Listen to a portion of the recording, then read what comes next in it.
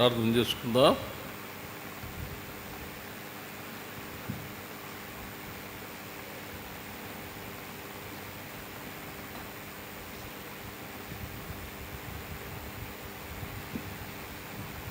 మమ్మల్ని ప్రేమించిన పరలోకపు తండ్రి, యేసు ప్రభు వారి శ్రేష్టమైన నామమున మీకు వందనాలు.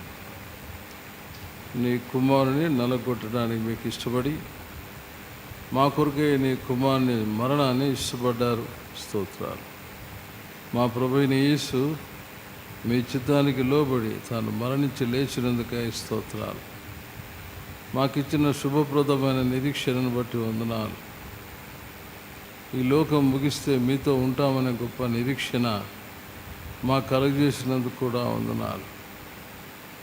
ఈ లోకంలో యాత్రికులకు పరదేశులు మాత్రమని మీరు మాకు చక్కగా సిద్ధపరుస్తూ వస్తున్నందుకు స్తోత్రాలు. ఈ భయంకరమైన దినాల్లో నీ బిడలు, నేను ఎరిగిన వారు, నీ సేవకులు, వారి భార్య పిల్లలు, సంఘాన్ని యేసు నామమున కాపాడమని ప్రార్థిస్తున్నాను.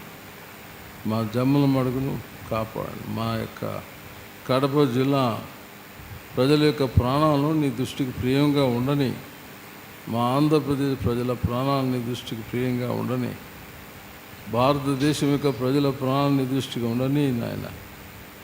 ప్రభా, యేసు నామంలో శక్తి ఉంది కనుక యేసు నామమున ఈ కరోనా వ్యాధి తొలగిపోవునుగా కానీ ప్రార్థిస్తున్నాం. ఈ రాత్రి మా అక్కర తీర్చండి. మీ ధర్మశాస్త్రంలోని ఆశ్చర్యమైన సంగతి తెలుసుకోవడానికి మా కళ్ళు తెరవచేయి. నేనైతే నిష్ప్రయోజకుని ఆన్లైన్లో వీక్షిస్తున్న వారిని కూడా దీవించి ఆశీర్వదించాను. వందనము స్తోత్రం చెల్లిస్తూ నీ మెల్లని స్వరాన్ని వినిపించు. మీ రక్తధారలకి ఈ స్థలాన్ని మనం అప్పగించుకోండి. ఈ యూట్యూబ్ ఛానల్ పరిచయం కూడా దీవించాను. ప్రభు క్రీస్తు నామమున ప్రార్థించి వేడుచున్నాం తండ్రి, ఆమేన్.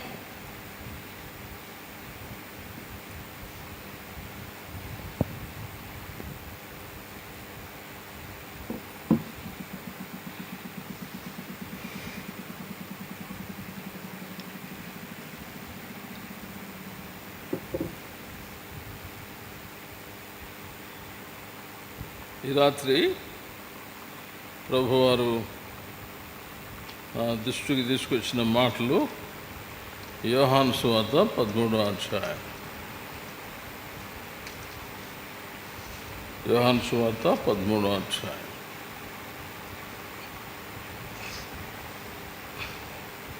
మొదటి 5 వచనాలు మార్చి చదువుకున్నాం. తాను ఈ లోకం నుండి తండ్రి యొద్దకు వెళ్ళవలసిన గడియ వచ్చినని యేసు పస్కా పండుగకు ముందే ఎరిగిన వాడై లోకంలో ఉన్న తన వారిని ప్రేమించి వారిని అంతం వరకు ప్రేమించెను.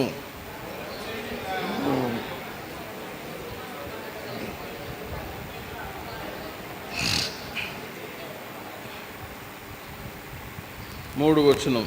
తండ్రి తన చేతికి సమస్తం అప్పగించిననియు తాను దేవుని ఎద్దు నుండి బయలుదేరి వచ్చిననియు దేవుని ఎద్దుకు వెళ్ళవలసి ఉన్నదనియు యేసు ఎరిగి లేచి తన పైవస్త్రం అవతల పెట్టి ఒక తువాలు తీసుకుని నడుము కట్టుకుని అంతటి పల్లెంలో నీళ్లు పోసి శిష్యుల పాదములు కడుగుటకు తాను కట్టుకొని ఉన్న తువాలతో తుడుచుటకు మొదలు పెట్టెను.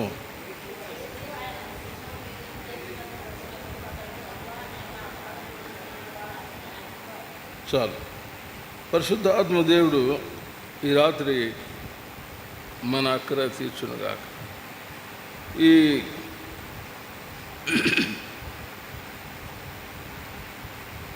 13వ అధ్యాయంలో మొట్టమొదట నిజమైనటువంటి ఒక సేవకుడు యేసు ప్రభు మనకి ఇక్కడ కనపడతా ఉన్నాడు. రెండవది, పరిచర్య ఎంతో సంతోషంగా చేసేటువంటి యేసు ప్రభు మనకి ఇక్కడ కనపడతా ఉన్నాడు. అందుకే మార్కు 10:45 ఒక మాట అన్నాడు, చదువుతారా? మార్కు 10:45 రాలేదు కానీ చేయుటకు.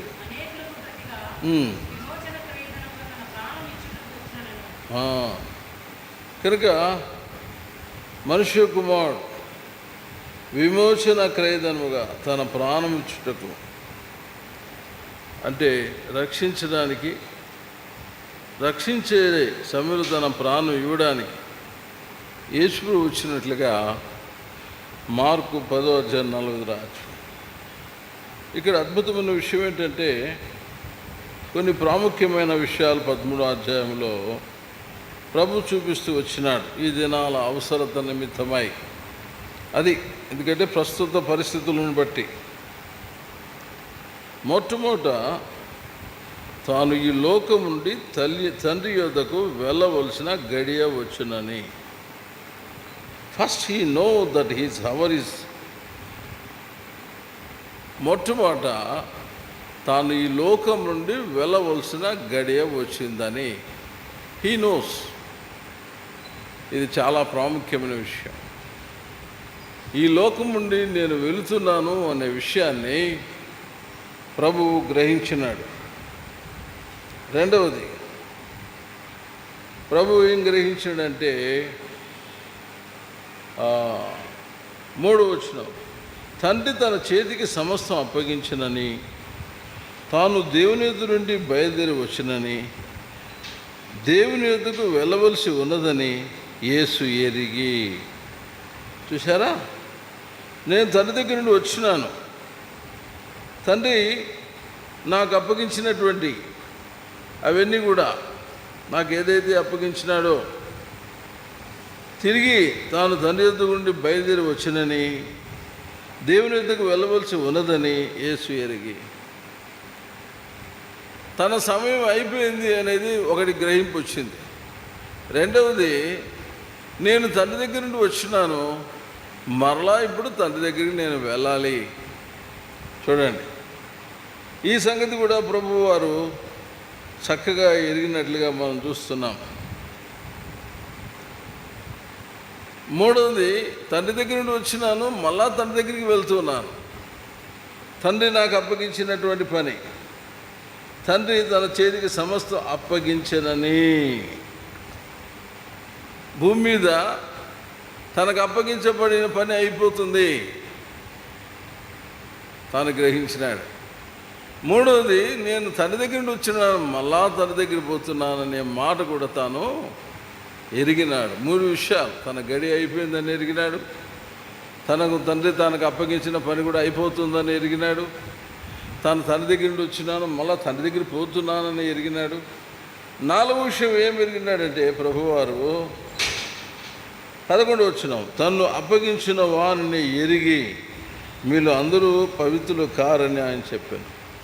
4వది ఇంకొకటి ఏమి ఎరిగినాడు ఆయన? తనను అప్పగించిన వారిని కూడా ఎరిగినాడు. 4 విషయాలు. మొదటిది, తన సమయం అయిపోయింది. రెండవది, తండ్రి తనకు అప్పగించిన పని అయిపోవచ్చింది. మూడవది, తండ్రి దగ్గర నుండి వచ్చినాను, మళ్ళా తండ్రి దగ్గరికి వెళ్ళాలి. 4వది, తను అప్పగించినటువంటి యూదా ఇస్కారియత్ గురించి. 4 విషయాలు ఆయన ఎరిగినాడు. చాలా ఇంపార్టెంట్. ఎరిగి ఏం చేశాడు ఆయన? అది ఇప్పుడు ఎరిగి ఏం చేశాడు? లోకంలో ఉన్న తన వారిని ప్రేమించి ఏం చేశాడు? ప్రేమించాడు. ఎంతవరకు? అంతవరకు. అది సంగతి. అంతవరకు ప్రేమించినటువంటి ప్రభు అయిన యేసుక్రీస్తు. ఎంతవరకు ప్రేమిస్తాం మనం ప్రేమించినంత వరకే మనల్ని ప్రేమిస్తాం. ఇదమ్మ తీయగూరంటే ఇదమ్మ పుల్లగూర, అది మన ప్రేమ. మనల్ని బాధించినప్పుడు మనం ప్రేమించలేము, మనకిష్టం లేదు చేసినప్పుడు మనం ప్రేమించలేము. ఏమండి, మనకు కష్టాన్ని కలిగించింది చేస్తే మనం ప్రేమించలేము, మాట్లాడలేం, ప్రేజలాడు కూడా చెప్పలేము. యేసు ప్రభువుకు మనకు తేడా ఇదే. అర్థమైందా? నిజంగా నీ గడియ వస్తుంది, నువ్వు తండ్రి దగ్గరికి వెళ్ళవలసిన పని ఉంది, నీ పని అయిపోవస్తా ఉంది, నువ్వు ఎరిగినావా? పరిస్థితి ఏం చూపిస్తానా? మన గడియ వచ్చేస్తుంది. వచ్చిన తండ్రి దగ్గరికి మళ్ళా వెళ్ళవలసిన టైము ఎరుగుతున్నాము. మనకు అప్పగించిన పని ఏదో అది పూర్తిగా చేయాలనేది కూడా ఎరుగుతున్నాం. ఎరిగి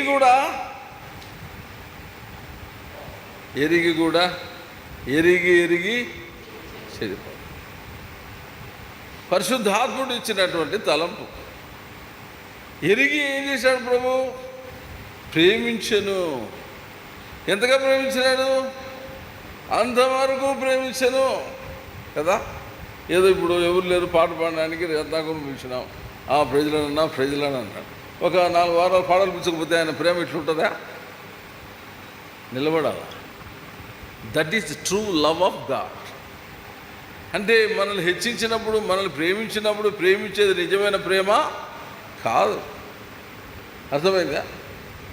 నిజమైన ప్రేమ ఏంటంటే శాశ్వతమైన ప్రేమ, త్యాగసహితమైన ప్రేమ, నిస్వార్థమైన ప్రేమ, ఏది ఆశించని ప్రేమ. ఎవరి ప్రేమ?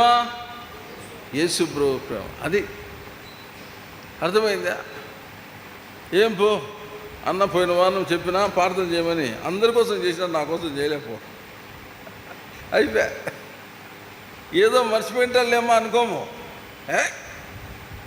నేను ఉన్నా ప్రత్యేకంగా, మైకులో ఇన్నా, ఫోన్లో కూడా ఇన్నా, అందరి కోసం చేశాను, నన్ను చేయలే. అయిపోయా మన ప్రేమ. చూసారా? దేవుని బిడ్డలారా, దేవుని ప్రేమ శాశ్వతమైన. సమయానుకూలంగా నేను ఇక్కడ మర్చిపోవచ్చు. మీ కొరకు చూడు ఎన్ని పుస్తకాలు పెట్టినాను, లిస్టులన్నీ.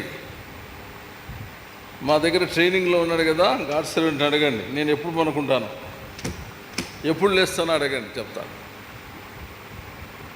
ఏం పొగడాలని చెప్పడం లేదు, అడగండి. ఆయన నా టైం టేబుల్ లేదా నా భార్యని అడగండి, నా కోడలను అడగండి, నేను ఎప్పుడు లేస్తానో ఎప్పుడు ఉంటానో. వేరే పనేం ఉండదు నాకు. ప్రార్థన బైబిల్, ప్రార్థన బైబిల్. అనుకూలత లేదు కాబట్టి విజిటింగ్ వెళ్ళలేకపోతా ఉన్నా. ఎన్నో పరిస్థితులు వింటాడా ప్రార్థన, ఏడుస్తాడా ప్రార్థన చేస్తున్నాం, అంతేగా. దేవుని బిడ్డలారా, నీ గడియ నీకు తెలుసు, నువ్వు వచ్చినావు పోవాలని తెలుసు, నీకు అప్పగించేది నెరవేర్చాలని నీకు తెలుసు. అయినా నీలో ఏం లేదు,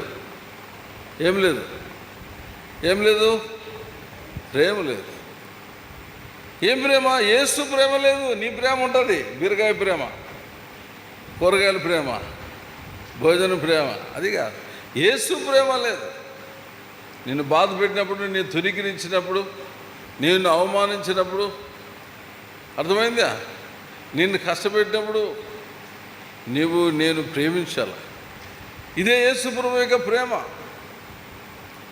అర్థమైందా? నీకు తెలుసు నీ గడియ వస్తూ ఉంది, నీకు తెలుసు వచ్చినావు మళ్ళీ అక్కడికే పోవాలని, నీకు తెలుసు నీకు అప్పగించిన పని అయిపోతే నువ్వు ఒక క్షణం ఉండాలి వీడని. అన్నీ ఎరిగి కూడా, అన్నీ తెలిసి కూడా ఆయన చేసినట్టు నువ్వు చేయడంలే, నేను చేయడం. అర్థమైంది? నీకు తెలుసు ఎప్పుడు కరోనా వస్తుందో ఏమొస్తుందో తెలియదు, ఎప్పుడు హాస్పిటల్ అడ్మిట్ తెలియదు, ఎప్పుడు పోతారో తెలియదు. పాపం సహోదరి దెబ్బరమ్మ ఫోన్ చేసింది, అన్న ఫోన్ చేయమన్నా, ఎవరు చేయలేదమ్మా, నిన్న రాత్రి నా భర్త చనిపోయాడన్న కరోనాతో. అయ్యో, సునపురాలపల్లి 10 రోజులు హాస్పిటల్లో ఉండిందండి పాపం. ఫోన్ చేస్తా బాధపడతా ఉంది. అన్నా మరి ఎక్కడ అంటే అయిపోయిందినా, అక్కడే పొద్దుటూరు ఆ ఏట్లోనే వాళ్ళే బుట్ చేసినారన్నా. పరిస్థితి చూడండి ఎట్లుందో, ఎప్పుడు ఏ కబురు వస్తుందో తెలియదు. అర్థం. నా తమ్ముడేమో నన్ను ఫోన్ చేసి, అన్నా ఫోన్ చేస్తే ఎత్తలే, మళ్ళా 1 గంటకు ఎత్తినాడు. ఎట్లుందిరా అంటే, బాగానే ఉందినా, 2 రోజులు డిశ్చార్జ్ అవుతా అన్నాడు. వాడే చెప్పిన మాట, 2 రోజులు డిశ్చార్జ్ అవుతా అన్నాడు. చూడండి, 2 రోజుల్లో డిశ్చార్జ్, 1 రోజులోనే వెళ్ళిపోయినాడు. అది ఇంత కదిలించబడిన పరిస్థితి అనుకోండి. తను ఆశపడ్డాడు. డాక్టర్లు కూడా చెప్పినాడు 2 రోజులు వెళ్ళిపోవచ్చు లేను అని, కానీ ఒక్క రోజులోనే వెళ్ళిపోయినాడు. అటువంటి దినాల్లో మనం ఉన్నాం. ఇట్లాంటి దినాల్లో ఉండి కూడా మనలో మార్పు రాకపోతే ఎట్లా? మనల్ని ప్రేమించేవాడిని ప్రేమించేది ప్రేమ కాదు, మన శత్రువుని ప్రేమించాలి, మనం ద్వేషించేవాడిని ప్రేమించాలి, మనల్ని బాధపరిచేవాడిని ప్రేమించాలి, మనల్ని కష్టపెట్టేవాడిని ప్రేమించాలి. ఏం ప్రేమ ఇది? యేసు ప్రభు యొక్క ప్రేమ, ఇంకొకటి కాదు. యేసు ప్రభు యొక్క ప్రేమే దేవుని బిడ్డలారా. అందుకే అంత్య దినాలలో అపాయమైన కారములు, స్వార్థ ప్రియులు, అనేకుల ప్రేమ, అది సంగతి. ఉంది ఆడో కొంచెం ఉంటుంది లోపల, ముందున్న ప్రేమ లేదు. ముందు ఏం ప్రేమ? సహోదరుని కొరకు ప్రాణం పెట్ట బద్దులమైన ప్రేమ ఉండేది. ఇప్పుడు అట్లుగా ఎంత విచారకరమనంటే, ఒక సహోదరుడు అంటాడు, ఏమని, కరెంట్ వచ్చిందా? వచ్చింది. అట్లయితే అయిపోయి మీ సేవకుని సంగతి క్లోజ్ అయిపోయింది పో. చూడండి ఎట్లుందో. అయ్యో అనాలనా? అయ్యయ్యో ఎంత పని అయింది అనాలనా? మీ సేవకుని కరెంట్ వచ్చిందంట, అయిపోయింది మీ సేవకుని సంగతి, ఇంకా అయిపోయింది పో, మీ కథ అయిపోయింది, మీ సేవకుని సంగతి.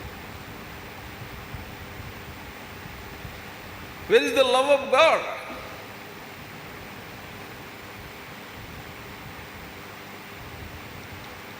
ఎక్కడుంది పరిస్థితి? చూడండి. బాధల్లో ఉన్నాడంటే వాడు పోవాలని ఎవడన్నా కోరుకుంటాడా? అది యేసు ప్రేమేనా? ఏమ్మా, చచ్చిపోయాని కూడా బతికించాలనేది యేసు ప్రభు యొక్క ప్రేమ. వాడు బాగలేడా? అయినాడా? అయిపోయింది పో, అని కథ అయిపోయింది, నీ కథ అయిపోయింది పో. చూడండి ఎట్లాంటి దినాల్లో ఉన్నాము. ఎట్లా యేసు ప్రభు శాంతించమంటే శాంతిస్తాడు చెప్పండి? ఎట్లా యేసు ప్రభు నీ కోపం చల్లార్చంటే చల్లారుస్తాడు చెప్పండి? మార్పే లేదు. No change in the life of spiritual. బయటికి ఆడంబరంగా కనపడతా ఉన్నాం, showing, but inside there is no work of cross. సిలువ కార్యం జరగాలి. సిలువ అంటే ఏంది? అన్యాక్సెప్టబుల్ థింగ్స్ యాక్సెప్ట్ చేయడమే. నేను ఇష్టపడని విషయాలు ఇష్టపడమే సిలువ. సిలువ అంటే ఏం కాదు, నేను ఇష్టపడే ఏదైతే ఇష్టపడనో అది ఇష్టపడాలి. ఆ సహోదరుడు ఆ మాట అన్నాడని నేను మౌనంగా ఉండే నాలో క్రీస్తు ప్రేమ ఎట్లా? మళ్ళా ఆయనకు కరోనా వచ్చి బాధపడుతుంటే ఫోన్ చేసి ప్రార్థన చేసిన, ప్రభా సహోదరుని ముట్టి స్వస్థపరచు ప్రభా, ఆరోగ్యమే ప్రభా. ఇది తండ్రి ప్రేమ, ఒరిజినల్గా నా ప్రేమ కాదు, యేసు ప్రేమ ఇది. పిల్లరా, ఈ దినాల్లో మనకు కావాల్సింది ఏంది చెప్పండి? యేసు ప్రభు యొక్క ప్రేమ మనలో కనబడాలి ప్రత్యక్షంగా. నీ గడియ తెలుసు, నువ్వు తండ్రి దగ్గరికి వెళ్తావని తెలుసు, నీకు అప్పగించబడి నువ్వు అయిపోవచ్చని తెలుసు. అయితే నువ్వు ప్రేమించకపోతే ఎట్లా? అంతవరకు ఎవరిని నిన్ను అప్పగించేవాడిని కూడా, నిన్ను బాధ పెట్టేవాడిని కూడా, నీ కష్టపెట్టేవాడిని కూడా, నిన్ను తునీకరించేవాడిని కూడా, నిన్ను అవమానకరంగా మాట్లాడే వ్యక్తిని కూడా అంతవరకు ప్రేమించాలా. అర్థమైందా? ఒకసారి ప్రార్థన మర్చిపోతానే అయిపోయింది ప్రేమ. సేవకుడికి అందరూ కనపడతారమ్మా, మేము మాత్రం కనపడమంటారు. వీని బాధలు వీనికి కదా. శత్రువు కూడా వాడుకుంటుంది అన్నమాట అదే సమయంలో. చూడు వింటాడావా, అందరి కోసం వస్తాడే, నీ పేరు మర్చిపోయినాడు చూడు. నాకు తెలుసు దేవుని చేతిలోకి రావాల్సింది సైతాన్ చేతిలోకి వెళ్ళిపోతాం. మరి ఇప్పుడు కాకపోతే మళ్ళీ చేస్తాడు, ఏముంది? ఆయన బాధ్యత, ఆయన డ్యూటీ. చేయకుండా ఎట్లుంటాడు? బైబిల్ ఏముంది? మీ కొరకు నేను ప్రార్థన చేయకపోతే పాపం చేసిన వాడిని అవుతాను అన్నాడు కదా. పిల్లరా, నాకు అది భయం. అందుకే ఈ లిస్టు మీరెవరు ఇలాని నేను తయారు చేసుకున్నా. బ్రదర్స్ని పంపించి అక్కడక్కడ లిస్ట్ అంతా తయారు చేసి ఏ వీధులు ఎంతమంది ఉన్నారో అవన్నీ తయారు చేసి కంటిన్యూగా ప్రేయర్లు పెట్టి ఈడొక లిస్ట్ ఉంది, నా దగ్గర లిస్ట్ ఉంది, నా దగ్గర బుక్ ఉంది, 2 సెట్స్ ఉన్నాయి నా దగ్గర. మర్చిపోకుండా కంటిన్యూగా ప్రార్థన చేయాలి. నా బాధ్యత, తండ్రి నాకు అప్పగించిన పని. అంతేకాదు అంతవరకు అంతవరకు చూసారా, ఇది చాలా ప్రాముఖ్యమైన. కనుక ప్రభువైన యేసుక్రీస్తు వారు మనకి ఎంత మాదిరి చూపించినాడు. యోహాను సువార్త 13వ అధ్యాయం.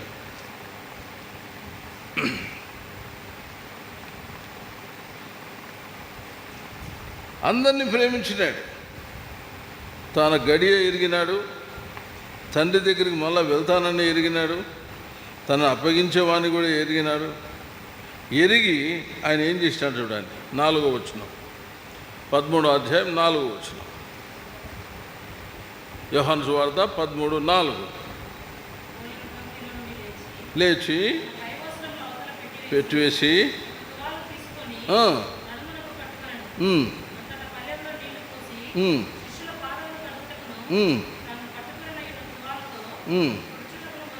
చూసారా. కాబట్టి యేసుప్రభు చేసిన పని ఏంటంటే నడుముకు తువాల కట్టుకున్నాడు, ఒక పళ్ళెం తీసుకున్నాడు, నీళ్లు పోసినాడు, పాదాలు 2 పెట్టి కడిగి తన రుమాలతో ఏం చేసినాడంట. ఎందుకు చేసినాడు? నేను నిన్ను ప్రేమిస్తున్నాను, నేను నిన్ను పరిశుద్ధపరుస్తూ ఉన్నాను. ఇది గుర్తు.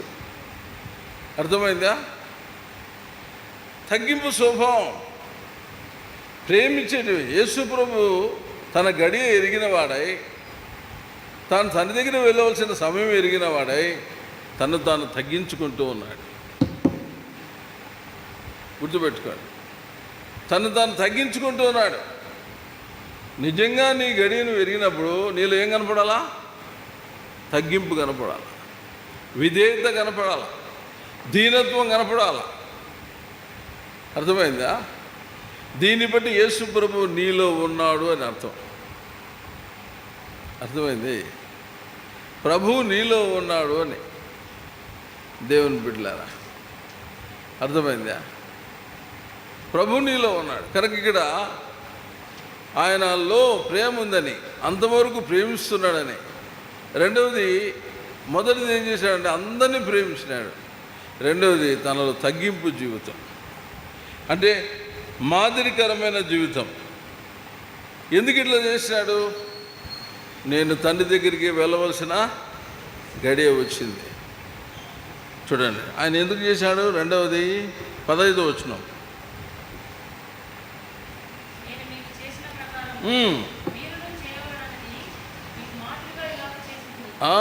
అది సంగతి. ఎందుకు ఇట్లా చేసినాను? మాదిరిగా. అర్థమైందా? మాదిరిగా ఉండాలి. మీరు అన్నట్లు నేను బోధకుడనే, ప్రభువునే, మీరిట పిలుచుట న్యాయమే. అయితే ప్రభువును బోధకుడైన నేను మీ పాదములు కడిగినడలా మీరును ఒకరి పాదములు ఒకరు కడగవలసి ఉన్నదే. కొంతమంది బాహ్యంగా ఒకవేళ తగ్గింపు కనపడకపోవచ్చేమో, అంతరంగంలో తగ్గింపు మనకు కనపడకపోవచ్చేమో, బాహ్యమైన తగ్గింపు కనపడుతుంది. అస్సాం రాష్ట్రానికి వెళ్తే ఈరోజుకి ఎవరైనా ఒక స్పెషల్ స్పీకర్గా వెళితే అస్సాం సేవకుడు చెప్పిన మాట కొన్ని ప్రాంతాల్లో ఉన్నాయి. ఆ ప్రాంతంలో ఈయన పెద్ద సేవకుడు చాలా దూరం నుండి వచ్చినా అంటే అక్కడికి పోతానే ఒక 20-30 మంది కూడుకుంటారు. ఒక పెద్ద ప్లేటు, ఇత్తడి ప్లేట్ తీసుకుని వస్తారు. ఆ ప్లేట్ ఆడబెట్టి ఆయన పాదాలు పెట్టి నీళ్ళతో కడిగి ఒక మంచి శాలువ తీసుకుని ఆయన భుజం మీద కప్పుతారు. ఏ ఊరికి పోయినా ఈ ప్లేట్ ఎండముడి తీసుకోరు. ఈ ప్లేట్ మళ్ళీ వెనక ఇస్తారు ఈ స్పీకర్కు. ఈ ప్లేటు, ఆ శాలువా. నాకు చాలా ఆశ్చర్యం అనిపించింది. రీసెంట్గానే అక్కడున్న సేవకుడు కొన్ని ప్రాంతాలు అట్లా క్రైస్తవులు అంత భక్తి కలిగిన వాళ్ళు. అంటే తగ్గింపు అనే దానికి యేసుప్రభు చేసినాడు, మేము కూడా మాదిరిగా చేయాలి. ఒకవేళ ప్రేమిస్తారో లేదో, శత్రుత్వం ఉంటుందో లేదో అవి మనకు తెలియదు. కానీ బాహ్యంగా వాళ్ళలో ఏం కనపడుతూ ఉంది? తగ్గింపు స్వభావం. ఎక్కడ ప్లేట్లు కాళ్ళు పెట్టి కడిగి తుడిచి మళ్ళీ పెద్ద శాలో కప్పి ఘనంగా సేవకుని పంపిస్తారు. అస్సాంలో కొన్ని క్రైస్తవ ప్రాంతాల్లో అట్లా ఉందంట. దేవుని పిల్లారా, గుర్తుపెట్టుకోండి, నీ గడి అయిపోయింది, నా గడి అయిపోయింది. వచ్చినా మళ్ళీ దాని దగ్గరికి వెళ్ళాలా. నంబర్ 1 ఏంటంటే తగ్గింపు జీవితం కనపడాలా. అంతవరకు ప్రేమించేది కావాలా. కొంతకాలం ప్రేమించి వదిలిపెట్టేది కాదు. వచ్చినాడు ఈ పరిస్థితులు తట్టుకోలేక ఫస్ట్ గొప్ప సైన్యం, గొప్ప సమూహం అన్నాడు. మళ్ళా 500 మంది అన్నారు, మళ్ళా 70 మంది అన్నారు, లాస్ట్కి మిగిలింది 12 మంది. వీళ్ళంతా ఎట్టపోయినారు? యేసు ప్రభువు యొక్క కఠినమైన మాటలకు తట్టుకోలేక ఎవరు దావని వాళ్ళు వెళ్ళిపోయినారు. అప్పుడు ప్రభు అడిగినాడు, ఏమరా మీరు కూడా పోతారా అని. పేతురు అన్నాడు, అయ్యా నిత్య జీవపు మాటలు కలిగిన వాడవు, నిన్ను విడిచి నేను చూసారా, నిత్య జీవం మాటలు నిన్ను విడిచిపెట్టి మేము ఆడిపోతాం. చూడండి, కఠినమైన మాట. వెళ్ళిపోయారు. ఎప్పుడు ఈ శరీరం తిని ఈ రక్తం త్రాగువాడే నిత్య జీవం. ఆయన చెప్పిన విధానం వేరు, వీళ్ళు అర్థం చేసుకున్న విధానం వేరు. వెళ్ళిపోయినారు. మరి ప్రభుని వెంబడించినారంటే నిజమైన ప్రేమ లే. ఆ 12 మందిలో సిలువ దగ్గర నిలబడింది ఒకడే. ఎవరండి? శిష్యుడైన యోహాను. ప్రభు రొమ్మును ఆనుకొని నిలబడినాడు. కొంతమంది స్త్రీలు. మిగతా వాళ్ళ ప్రేమ ఏమైపోయింది? పిరిగితనంతో పారిపోయినారు. దేవుని బిడ్డలారా, మన గడియ తెలుసు, తండ్రి దగ్గర వెళ్ళవలసిందని తెలుసు. ఆ తగ్గింపు స్వభావం మనలో కనపడాలి. మాదిరికరమైన జీవితం కనపడాలి. అర్థమైందా?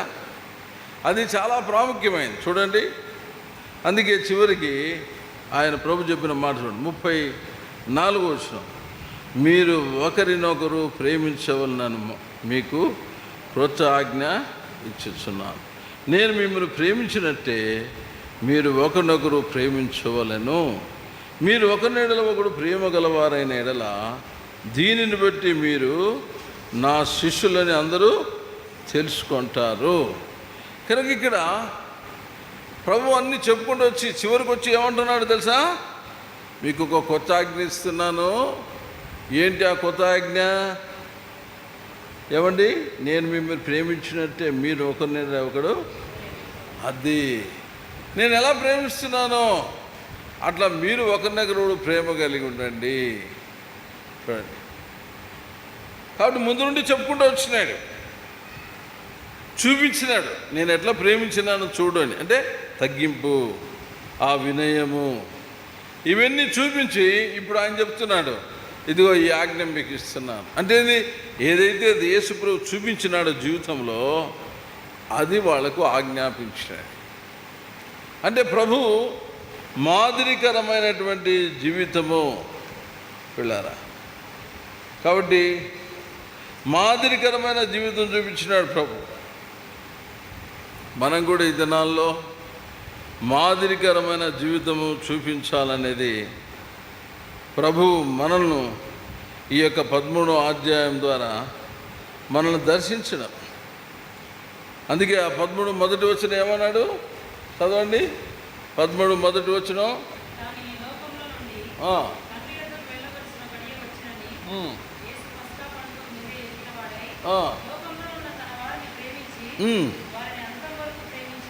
అంతవరకు ప్రేమించు. అంటే అర్థం ఏంటంటే అన్చేంజబుల్ లవ్. బాబ్బా, అంటే ఇక యేసు ప్రభు ప్రేమలో చెప్పండి మార్పు లేదు. యేసు ప్రభు ప్రేమలో మార్పు లేదు.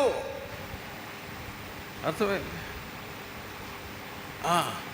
ఓ సహోదరు అనేది, అమ్మ ఎట్టట్టున్నారు ఈ పరిస్థితి, మీరు ఏమైనా చెప్పండి అంకుల్, మీరు కొట్టి తిట్టి గేట్ బయట వేసినా మేము మందిరం మానుకోం అంకుల్ అని. వైబా, నిజమే, ఎంత ప్రేమ ఉంది మీకు కదా.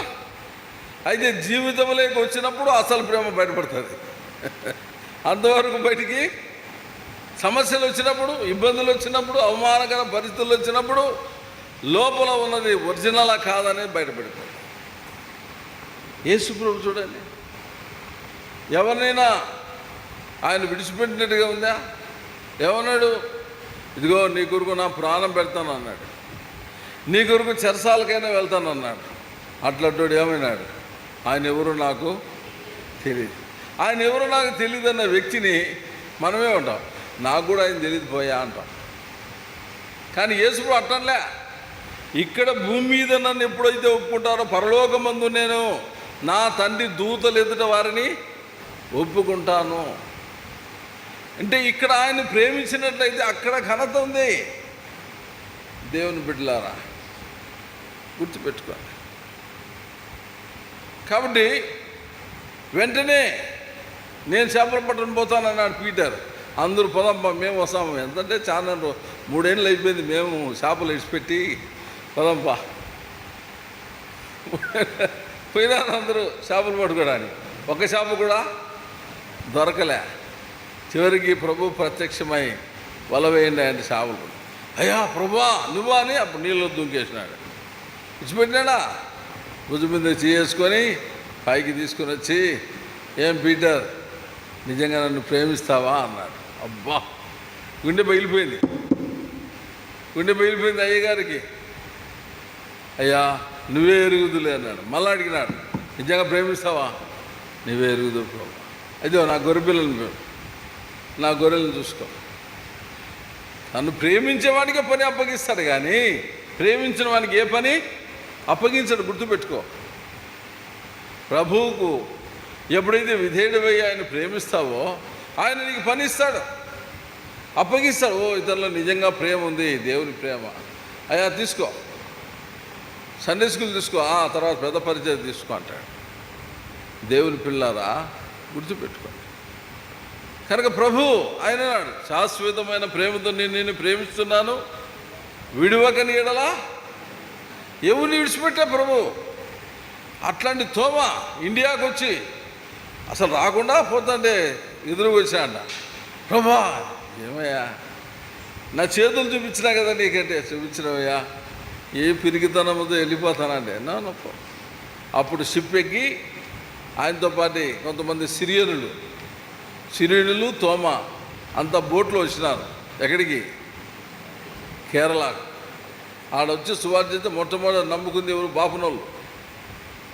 ఆ సిరియన్ల నుండి వచ్చిన వాళ్ళే సిరియన్ క్రిస్టియన్స్. కేరళలో ఉండేదంతా ఆ సిరియన్ క్రిస్టియన్స్ చెందిన వాళ్ళలో బ్రదర్ ఫిలిప్ గారు, కురియన్ గారు, వీళ్ళంతా ఆ సిరియా దేశస్తులకు సంబంధించిన వాళ్ళు. వీళ్ళు తోమాతో పాటు వచ్చిన సిరియన్లు వాళ్ళు. ఇప్పటికీ తోమా చర్చి కట్టించిన చెట్టు ఉంది, చర్చి మందిరం ఉంది కేరళలో, చిన్నది. ప్రేమిన వాళ్ళ అంత బలహీనమైపోయినా తన ప్రేమ మారలేదే, అబద్ధమానే మారలే, ఆయన ఎవరో నాకు తెలియదన్నా మారలే. ప్రేమించను నన్ను ప్రేమించను, పరిమళ సువాసన ప్రభువాయను. ప్రేమించను నన్ను ప్రేమించను, పరిమళ సువాసన ప్రభువాయను. దాని కొరకు క్రీస్తు సర్వమిచ్చను, దాని కొరకు క్రీస్తు సర్వమిచ్చను. తన ప్రాణమును అర్పించను, తన ప్రాణమును అర్పించను. నా ప్రభు ప్రేమించను, నా ప్రభు ప్రేమించను. నన్ను ప్రియుడైన క్రీస్తు ప్రేమించను, నన్ను ప్రియుడైన క్రీస్తు ప్రేమించను. మొదట ఆయనే నన్ను ప్రేమించను, తన్ను ప్రేమింపను నేర్పించను. మొదట ఆయనే నన్ను ప్రేమించెను, తన్ను ప్రేమింపను నేర్పించెను. దేవుడే ప్రేమమయుడని తెలిపెను, దేవుడే ప్రేమమయుడని తెలిపెను. ప్రియముగా ప్రాయశ్చిత్తంవాయను, ప్రియముగా ప్రాయశ్చిత్తంవాయను. నా ప్రభు ప్రేమించను, నా ప్రభు ప్రేమించినాడు, తను ప్రేమించేది నేర్పించినాడు. కనుక ప్రభు వచ్చే సమయంలో ఆయన ప్రేమలో మనము నిలిచి ఉండాలా. ఇది చాలా ప్రాముఖ్యమైన విషయం. దేవుని బిడ్డలారా, ఆయన ప్రేమ మరి మారనిది, మార్పు చెందని ప్రేమ. చదవండి 15వ అధ్యాయం 13వ వచనం. 15-13 యోహాను సువార్త 15-13.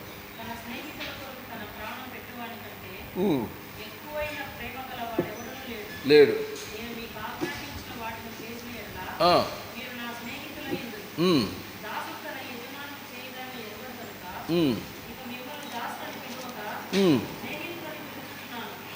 కాబట్టి తన ప్రాణం పెట్టువానికంటే ఎక్కువైన ప్రేమ గలవాడు లేడు.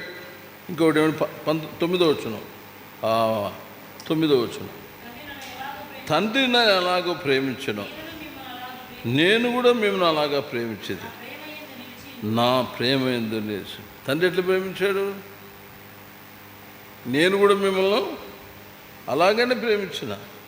తండ్రి నన్ను ఎలాగ ప్రేమించనో, ఎట్లా ప్రేమించాడు తండ్రి? పూర్తి ఆధిపత్యం, అధికారం తన కుమారుడికి ఇచ్చినాడు, అంతా ఇచ్చేసినాడు. కుమారుడు కూడా మనల్ని ప్రేమించి తన ప్రాణాన్ని సెలవులో అర్పించినాడు. సెల్ఫ్ సాక్రిఫైస్ లవ్, వ్యక్తిగత త్యాగ సహితమైన ప్రేమ యేసు ప్రభుది. మనం ఎప్పుడు కూడా మర్చిపోకూడదు. త్యాగ సహితమైన ప్రేమ యేసు ప్రభుది, మార్పు లేని ప్రేమ యేసు ప్రభుది. అర్థమైందా? అంతేకాదు, యేసు ప్రభు ఎలాంటిదంటే ఆ ప్రేమ విడదీయరానిది, ఇన్సపరబుల్, విడదీయరానిది. రోమాపత్రిక 8వ అధ్యాయం 35వ వచనం చదవండి.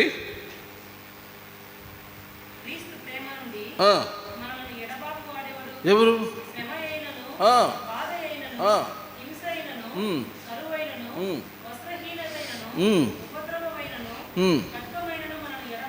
చూసారా?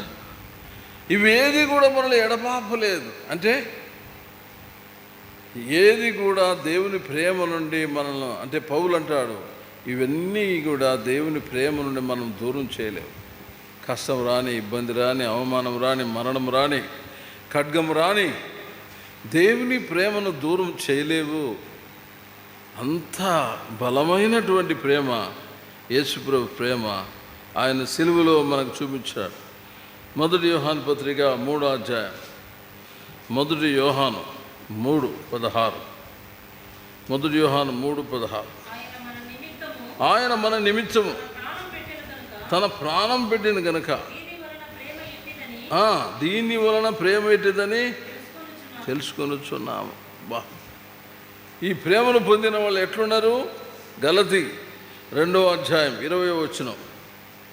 గలతీ 2:20.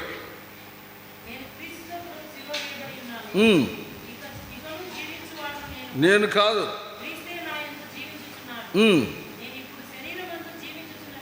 జీవితము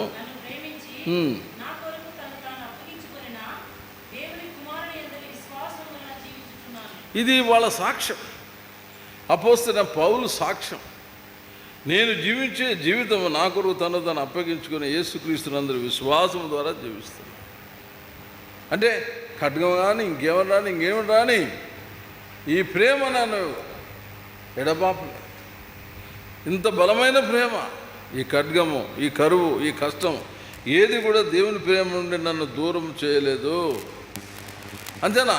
ఈ ప్రేమను పొందినటువంటి వారు చూడండి 2 కొరింథీ 5వ అధ్యాయం 14వ వచనం. ఈ ప్రేమను పొందిన వారు, యేసు ప్రేమ మనల్ని ఏం చేస్తూ ఉంది?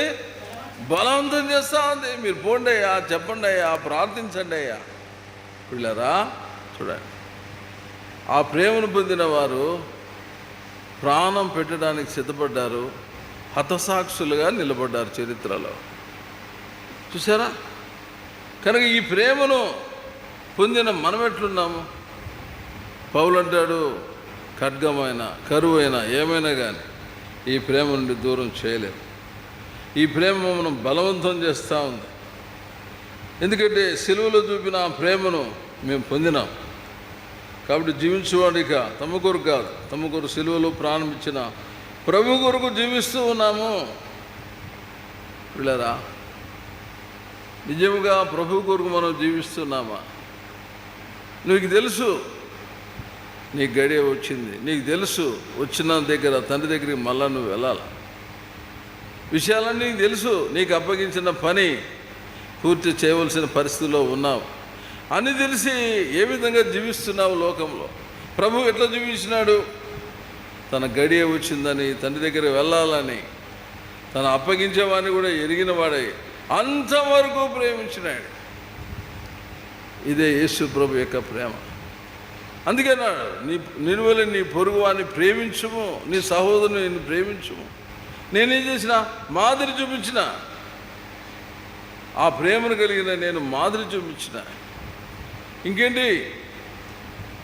మీరు ఇలాగ చేయాలని నేను తగ్గింపు జీవితాన్ని కలిగి ఉంటూ వచ్చిన. అది ఆ నీ స్థితిగతులు ఎరిగిన నీవు జీవించే విధానాన్ని బట్టి నువ్వు ఎంతవరకు సిద్ధపడుతున్నావో అర్థమవుతుంది.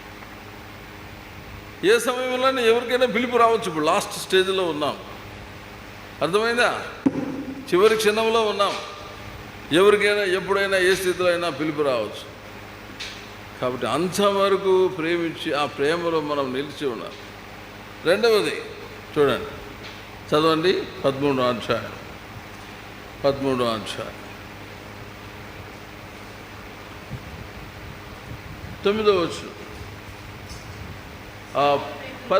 10వ వచనం. యేసు అతన్ని చూచి స్నానం చేసిన పాదలతో మరేమీ కడుక్కొని రా, అతడు కేవలం పవిత్రుడే, మీరును పవిత్రులు, కానీ మీలో అందరూ పవిత్రులు కానేరరు అనేను. ఎవరెవరు ఉన్నారు అక్కడ? ఏమండి? శిష్యులందరూ ఉన్నారు. డైరెక్ట్ అంట, మీరు పవిత్రులే కానీ మీరు అందరూ పవిత్రులు అంటే ఎవరున్నారు? అపవిత్రుడు ఉన్నాడు. అపవిత్రుడికి సురుకు తగలాలి కదా. మరి నా గురించి చెప్తాడు ఆయన, నా సంగతి కూడా ఆయనకు తెలిసిపోయిందే. రెండోది 16వ వచనం, మిమ్మల్ని అందరిని గురించి నేను చెప్పలేదు, నేను ఏర్పరచుకున్న వాడిని ఎరుగుదును కానీ నాతో కూడా భోజనం చేయవాడు నాకు విరోధంగా తన మడమిను ఎత్తెను అను లేఖం నెరవేరటగా ఇలాగో జరిగాను. రెండవది ఇంగ్లీష్లో భలే ఉంది ఆ ట్రాన్స్లేషన్లో. ఏమంటాడంటే, నేను నమ్మినోడు, నేను ఎవరికైతే భోజనం పెట్టానో, నేను ఎవరికైతే పరిచరించినానో ఆ వ్యక్తి తన మడిమి నా మీద ఎత్తినాడండి. ఇది ఎంతవరకు న్యాయమో అన్నట్లుగా ఉంది. నేను నమ్మినాను, నేను భోజన సప్లై కూడా ఆయనకి చేసిన, పరిచర్య కూడా ఇచ్చిన, అన్ని ఇచ్చిన, ఆయన కాలెత్తిన. ఆ మాట అన్నప్పుడు అక్కడున్న వ్యక్తికి ఏం కావాలిగా? పశ్చాత్తాపం రావాలి. అబ్బా ప్రభా, అందరితో పాటు నేనా ప్రభా. ఈయన కూడా ఏమంటున్నాడు? నేనా ప్రభా అంట. అంటే నిజమైన పశ్చాత్తాపం లేదు. ప్రియమైన శత్రువు ఎంత సులభంగా దొంగలించేసింది చూడండి. తర్వాత మరలా ప్రభు మూడవసారి 25వ వచనం, అతడు యేసు రొమ్మున ఆనుకొనుచు ప్రభువా వాడెవడు అని. అందుకు యేసు, నేను ఒక ముక్క ముంచి ఎవరికి ఇచ్చేదో వాడే అని చెప్పి ముక్క ముంచి సీమోను కుమారుడు ఇస్కరియోతుకు ఇచ్చి వాడు ముక్కు పుచ్చుకొనగానే సాతాను వాళ్ళలో ప్రవేశం. యేసు, నువ్వు చేస్తున్నది త్వరగా చేయమని వానితో చెప్పాను. ఎన్ని అవకాశాలు ఇచ్చినాడు పశ్చాత్తాపడడానికి, అవకాశాలన్నీ పోయినాయి. ఇక చివరికి శత్రువు లోపల దొరబడ్డాడు. ముందేమో బయట నుండి గైడ్ చేస్తాడు, నేను ఇట్లా చేయి అంటాడు. తర్వాత అవకాశం పూర్తిగా ఇచ్చినావు అనుకో, లోపలికి వస్తాడు. లోపలికి వచ్చాడంటే వాడే నీకు రాజు. ఇంకా వాడు ఏం చెప్తే అది వింటావు. బయట నుండి చేసే సలహాలు తప్పించుకోవచ్చు, కానీ వాడు లోపల ప్రవేశించిన తర్వాత ఇక నీ వల్ల కాదు, నా వల్ల కాదు. లోపల ప్రవేశించకూడదు. అందుకే అపవాదికి చోటు ఇవ్వద్దని. అందుకే లోపల ప్రవేశించినాడు, అయిపోయింది, ఇంకేం సంగతి, అయిపోయా. లోపల ఎప్పుడైతే ప్రవేశించినాడో పశ్చాత్తాపడి క్షమాపణ అడగడానికి కూడా అవకాశం లేదు. తీసుకున్న డబ్బు ఆడ పారేసినాడు, గురి చేసుకొని చనిపోయినాడు. ఏం కారణం అంటే ఇంతగా నన్ను ప్రేమించినాడే. అది ఇంతగా నన్ను ప్రేమిస్తే కూడా నేను ఆయన తుచ్చమైన డబ్బు కోసం అప్పగించినాను. అయ్యో, కేవలం కొన్ని వెన్ని నాణాలకు అప్పగించినాను. అయ్యో, అది లోపల అతన్ని బాగా ఇబ్బంది. ఇక మన అవకాశం లేకుండా పోయి. దేవుని బిడ్డలారా, గుర్తుపెట్టుకోండి. కనుక ప్రభు అంతవరకు ప్రేమించినటువంటి ఆ ప్రేమ నీలో నాలో ఖచ్చితంగా ఉండాలి. అందుకే ఒక మాట అన్నాడు చూడు, 13వ అధ్యాయం 17 చదువుదాం. ఈ సంగతులు మీరు ఎరుగుదురు కనుక వీటిని చేసిన ఎడలా మీరు, ఇంగ్లీష్లో అంటాడు, ఆశీర్వదించబడిన వారు. ఈ విధంగా మాదిరికరంగా జీవిస్తే, ఈ విధంగా ప్రభుని పోలి జీవిస్తే, ఈ విధంగా ప్రభు యొక్క అడుగుదాడుల్లో జీవిస్తే, ప్రభు యొక్క ఆజ్ఞలు అనుసరించి జీవిస్తే మీరు ఆశీర్వదించబడిన వారు. ఇతరులకు మనం ఆశీర్వాదకరంగా ఉంటాం, దీవెనకరంగా ఉంటాము. దేవుని బిడ్డలారా, కనుక నీలో నాలో ఈ ప్రేమ కలిగి ఉండాలి.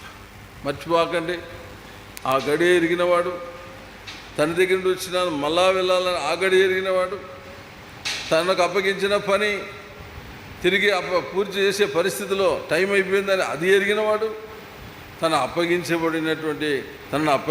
వ్యక్తిని కూడా ఎరిగి ఆ వ్యక్తిని ఎట్లా ప్రేమిస్తామండి? నిన్ను దూషిస్తాడని తెలిసి, నిన్ను కొడతాడని తెలిసి, నిన్ను అవమానిస్తాడని తెలిసి, నిన్ను బాధ పెడతాడని తెలిసి, నీ మీద నిందలేస్తాడని తెలిసి ఆ మనిషికి ప్రైజ్లు ఎట్లా చెప్తావు? చెప్పాలా? అంతే. ఎందుకు చెప్పాలా? నీ గడియ ఆసనమైనది, తన దగ్గరికి వెళ్ళవలసిన సమయము ఆసనమైనది, లోకము ముగింపు ఆసనమైనది. చివరి దినాల్లో ఉన్నాం దేవుని బిడ్డలారా. కనుక పశ్చాత్తాపంతో ప్రభు దగ్గరికి వద్దాం. ఎక్కడెక్కడ తప్పినామో ప్రభును ప్రేమించే విషయంలో స్థిరంగా ఉండాల, ప్రేమ నిలకడగా ఉండాల. అర్థమైందా? కరువు రాని, ఖడ్గం రాని, ఇంకేమైనా రాని, క్రీస్తు ప్రేమ నుండి మమ్మల్ని ఏది ఎడబాప ఏమైనా కానీ అని అపోస్తలులందరూ కూడా హతసాక్షులుగా కావించబడ్డారు. ఎందుకంటే వారు తమ ప్రాణాలను ప్రేమించిన వారు కాదు, ప్రభు ప్రేమను రుచించిన వారు. వారు కూడా మనల్ని ఎంత ప్రేమిస్తున్నారు, మన దేశాన్ని ఎంత ప్రేమిస్తున్నాడో. తోమ గారు రాళ్ళతో కొట్టబడి ఆయన కూడా చనిపోయాడు. కనుక ఈ చివరి దినాల్లో ఆ గడియ తెలుసు, ఆ సమయము తెలుసు, ఆ పరిస్థితి తెలుసు, తెలిసి కూడా మనం ఎట్లా జీవిస్తున్నాం? ఆ దీనత్వం ఉందా? ఆ మాదిరికరమైన జీవితం ఉందా? ఆ విధేయత ఉందా? ఆ త్యాగ సహితమైన జీవితం ఉందా? శత్రువును కూడా అంతవరకు ప్రేమించాలనేటువంటి స్వభావం ఉందా? మనల్ని బాధ పెట్టేవాడిని, మనల్ని హింసించేవాడిని, మనల్ని కష్టపెట్టే వ్యక్తిని చివరి వరకు ప్రేమించాలనే స్వభావం ఉందా? లేకపోతే అడుగుదాం, ప్రభా నిజమే ఈ ప్రేమ నాలో కనబడడం లేదు, నన్ను ప్రేమించేవాడిని ప్రేమిస్తున్నా, ప్రైజ్లాడ్ చెప్పేవాడిని ప్రేమిస్తాను కదా, నన్ను హెచ్చరిస్తేనే ప్రైజ్లాడ్ అంటాను, నాకు బాధ కలిగితే ప్రైజ్లాడ్ కూడా చెప్పకుండా పోయే ప్రేమ నాది. ఆ ప్రేమ నాలో లేదు. క్షమించు, నన్ను కడుగు ప్రభా, నీ ప్రేమతో నన్ను నింపు. ఈ చివరి దినాలు